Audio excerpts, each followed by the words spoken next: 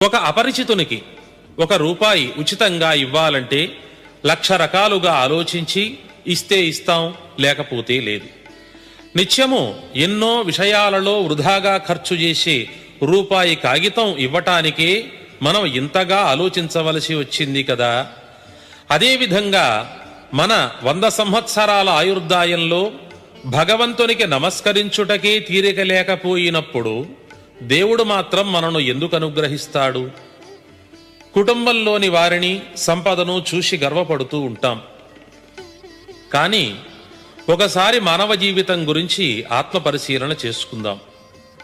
మాతా నాస్తి, పితా నాస్తి, నాస్తి బంధు సహోదరః, అర్ధం నాస్తి, గృహం నాస్తి, తస్మాత్ జాగ్రత్త జాగ్రత్త. కన్న తల్లి, తండ్రి, బంధువులు, తోబుట్టువులు, ధనము, ఇళ్ళు